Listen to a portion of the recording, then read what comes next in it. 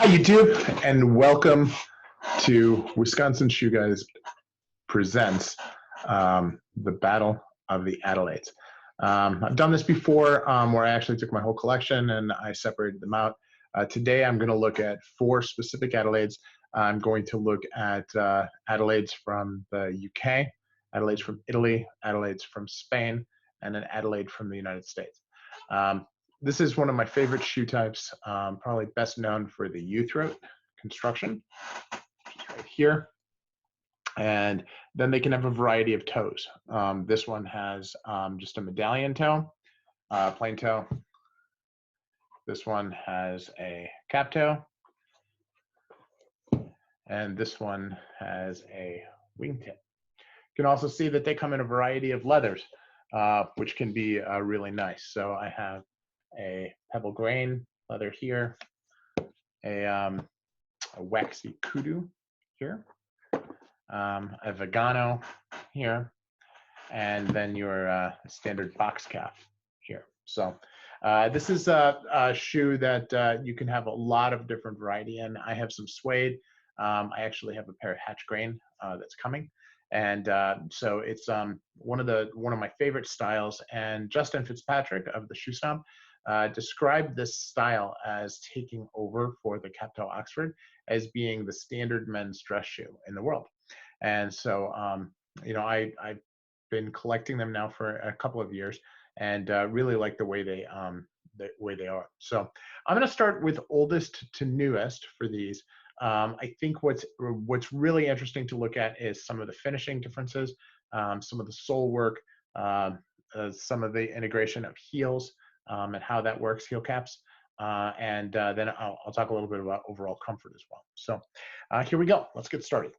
So this is an Allen Edmonds Cornwallis, and I've had this since 2011, and it is the first Adelaide that I ever got.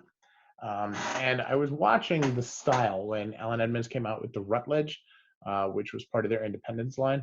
And I was always fascinated by it, really wanted to do it, but that only came in dark brown.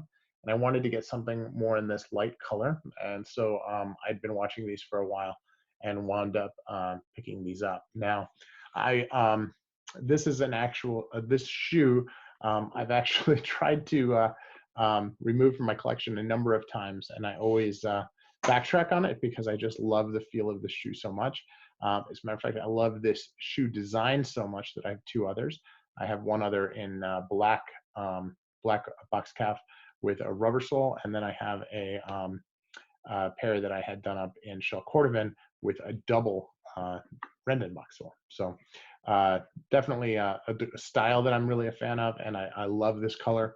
I feel like what's nice about this shoe, well, first off, the sole is your standard finishing, right? It has your groove for your welt stitching, and no fudging on the welt. Pretty standard waist, pretty standard heel, right? So it's a good shoe. It's solid. The broguing on this is really good. You can see the rectangles clearly. They do the job, and the medallion is quite nice. So in terms of the leather itself, this leather over time had aged a little bit and had gotten kind of stiff. What I did was this was the pair of shoes that I used to experiment with dubbin. And if you have not tried dubbin, I recommend giving it a shot on an older pair of shoes. These are super, super soft now. They feel like butter. They're just really nice. And you can see they hold a shine across the whole shoe. And that's not wax. That's just the natural oils in the shoe that are brought out by the replenished, basically, by the use of dubbin. So now I've waxed the toe from time to time, and you can see that I've been messing with the color on there as well. But it's a, overall as an Adelaide, this is a plain example, right? Because they don't have a cap, they didn't do heel caps either. And it really has the impression of a whole cap or a whole cut with an Adelaide in the front, which is a good look. I like it. So now looking at the last, this is their 1943 last at Allen Edmonds. This is their version of a chisel. You can see that it's very rounded on the sides, but it does have the semi-square toe on the front. So very rounded, but still very semi-square compared to, a traditional almond last or something like that. Now, well, the next on my list is a TLB. This is a Picasso last from TLB in their Artista line. I believe this is the 136, but don't hold that to me. Those are by color and stuff, and I may have that wrong. Very in Vigano leather. I love the way the eyelets on this have this pattern where they go from wide to narrow. You look at that compared to the Allen Edmonds, and you see this is an opportunity where Allen Edmonds decided to be straight functional, and TLB decided to add style. They also have the way the laces bring in like the little eyelet and kind of make that indentation there. I like the look of that. I like that very much, and that's something that they've done pretty well with. Now you take a look at the broguing. The broguing is very, very small and very, very tight. And the work that they do on it is just phenomenal. Now you can look, this has a heel cap with just a small seam in the back and a toe cap. And when you look at this, the last here on the front is very similar, okay, until you turn it on its side. And here, we hold these to the side, you can see this just comes down gradually. It doesn't really have any sharp edges. This has a sharp edge where it comes down here toward the toe. And if you look on the sides, it has really high risers on the cap there, which I like. I like the way that looks. And that's something that I look for in most of my shoes now. So excited about this. This is one of my Spanish Adelaides. I have a couple of others that I like just as well, but real excited about these. Now, if you look at the sole, the Artista line is very well known for their finishing. This is the narrow waist. I did a video on waists, and this is the winner, and has a really nice fiddle back that you can't really see in the light, but turn it around so you get a good look at that. Very narrow heel, and of course a good finished sole. No nails, just straight stuff. So then we're going to move on to this. Now this is a Barbra. This is Italian. This is, as I said before, this is in waxed kudu, and I actually put some Bic 4 on the front, the wing and the heel, and I like the way it's got a kind of a two-tone color going. But I'll probably do this all the way around.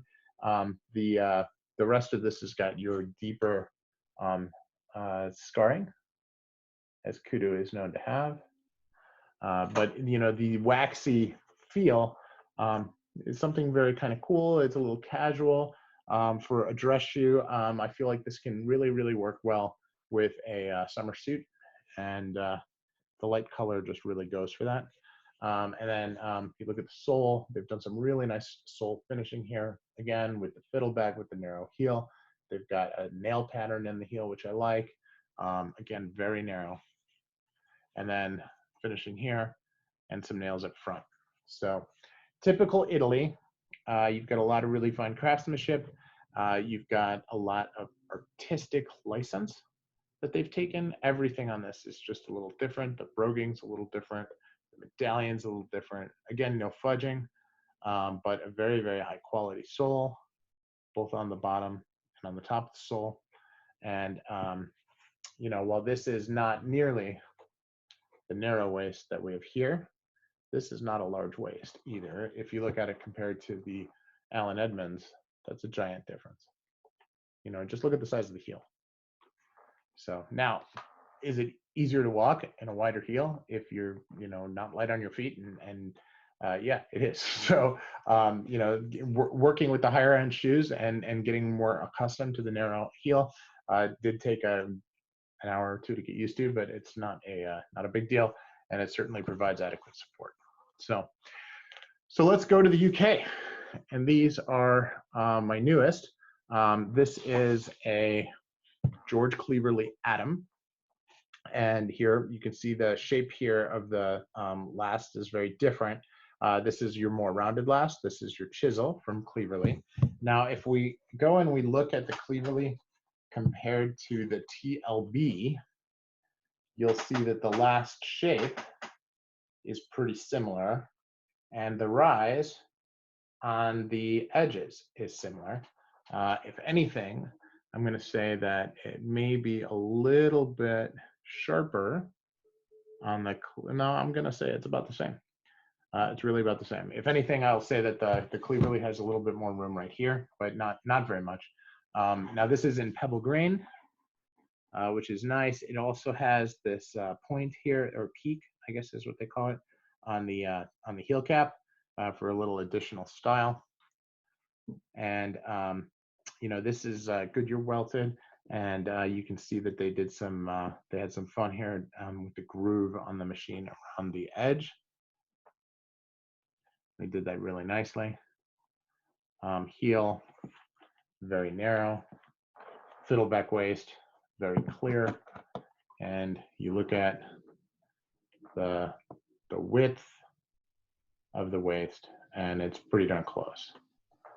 Looking at the heel there, again, pretty darn close. So I'm going to say that it's every bit as you know, quality as the TLB. You have a double row of nails. Now, made in England. George Cleverly's are not inexpensive shoes. These will cost you a good 50% more than the TLB Artistas, but they're very, very nice shoe. I wore them for a few hours today. They're new, and I'm very, very pleased with them. I'm pleased with the fit. I'm pleased with the look, and I just started my first couple coats of polish on this, so I expect that to build out significantly over time. So that is the Battle of the Adelaides. I don't think that there is a clear winner here, but I'm going to say that from my experience, if I have to put them in order by country, I'm going to say England, Spain, Italy, and the United States. And keep in mind, the United States is one of my favorite shoes, and I'm really reticent to give it up as part of my collection. So I like them all. I think they're all fantastic examples, and pleasure to wear. So that's it. This is Wisconsin Shoe Guy. Thank you so much for watching, and have a wonderful day.